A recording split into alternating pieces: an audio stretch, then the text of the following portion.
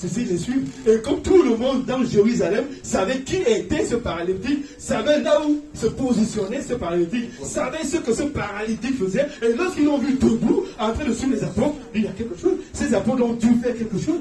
Mais ce n'est pas le paralytique qui était à belle porte là. Oui, mais c'est lui là. Qui a dit, c'est bien lui.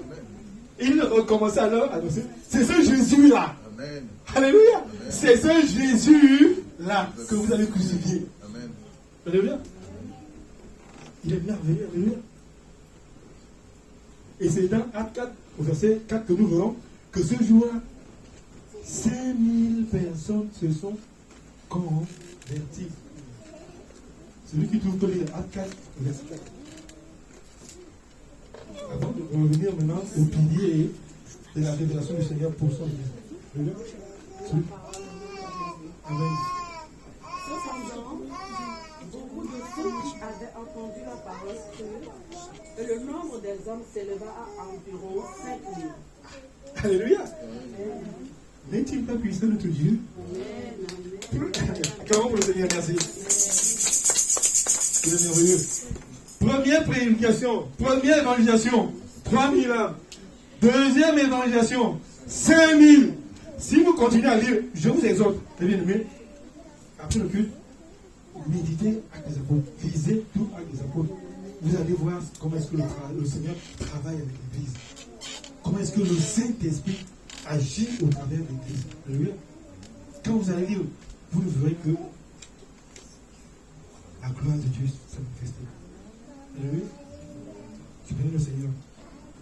Et maintenant, nous allons revenir sur la clé même du message que le Seigneur m'a mis à cœur.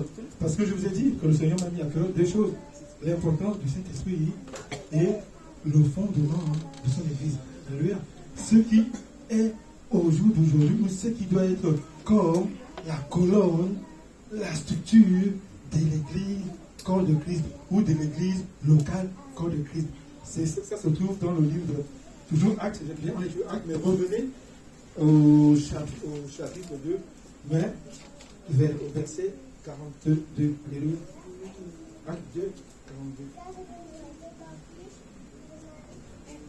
Nous allons voir les 4 colonnes qui structurent l'église locale. C'est ça mon message. Que celui qui a trouvé lise. Acte 2, verset 42. Même je lis dans le nom de Jésus. Amen. S'il persévérait dans l'enseignement des apôtres, Alléluia. dans la communion fraternelle, Alléluia. dans la fraction du pain Alléluia. et dans les prières. Amen. Stop, ma soeur. On va aller étape par étape. Alléluia.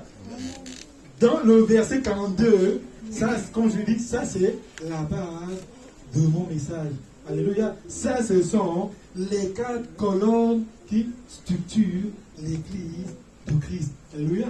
Regardez, généralement, quand on construit une maison, alléluia, après avoir fait les fondations, et quand on monte dessus, bâtiment, généralement, il y a toujours tac, tac, tac, tac, des colonnes qui soutiennent la maison. Alléluia. Le Seigneur nous dit, la première colonne, c'est quoi? L'enseignement des apôtres. La deuxième colonne, c'est quoi? La communion fraternelle. La troisième colonne, c'est quoi? La fraction du pain. Et la dernière colonne, c'est les prières. C'est ce qui doit structurer l'Église Christ. Alléluia. Ces 4 aspects doivent être manifestes, doivent être présents dans l'Église du Seigneur. C'est alors que nous verrons la gloire de Dieu se manifester. Comment ça dit? L'Église du Seigneur a besoin de passer du temps dans l'enseignement des apôtres. L'enseignement des apôtres n'est rien autre que l'enseignement laissé par Jésus-Christ. La nouvelle alliance, le salut par le principe de la foi en Jésus, où nous sommes justifiés. Waouh! Il est merveilleux, Dieu. Et, alléluia! Dans ma Bible, j'ai souligné, j'ai souligné, il persévérait. Ça, c'est le mot qui m'a touché. Est-ce que c'est ce que le Seigneur m'a mis à cœur? Ce n'est pas seulement les 4 colonnes, mais le principe de la persévérance. Donc, je vais redire, il persévérait dans l'enseignement, il persévérait dans la communion, il persévérait dans la fraction du pain, il persévérait dans les prières. Waouh! Mais quand l'église du Seigneur est assise sur ces 4 colonnes, la gloire a se monter. Alléluia. On peut voir comme Moïse qui descend la montagne et la gloire du Seigneur. Alléluia. Alléluia. Et nous allons voir.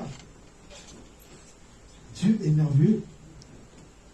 Il y a Étienne, alléluia, qui faisait partie des disciples du Seigneur, qui faisait partie de la communauté. Alléluia. Amen.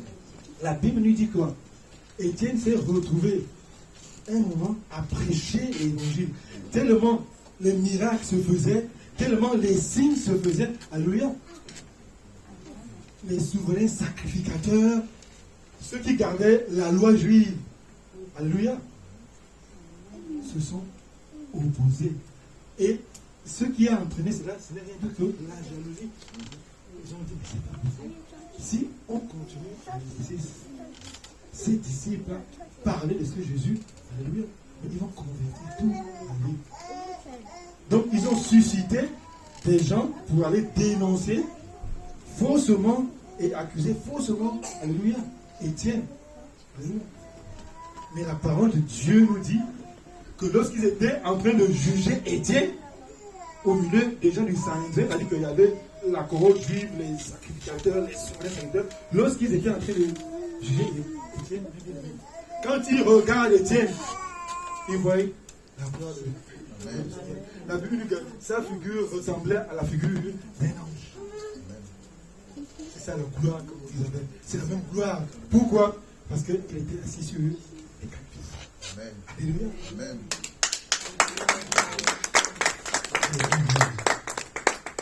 Il était assis sur les 4 piliers. Je vais rapidement prendre une anecdote. Alléluia. Nous partageons, vendredi, je pense, vendredi, alléluia, nous avons partagé ici. Et je bénis le Seigneur. Parce que les choses que nous avons partagées vendredi, mes bien-aimés, mais il y avait la révélation du Seigneur là-dedans. Il y a la bien-aimée qui a parlé. Ça, je bénis le Seigneur. Parce que lorsqu'elle nous a parlé, lorsqu'elle a intervenu pour partager, moi je suis honnête. Pendant qu'elle parlait, mais moi je riais au fond de moi. Qu'est-ce qu'elle parle de faute chaud bouillant pour le Seigneur?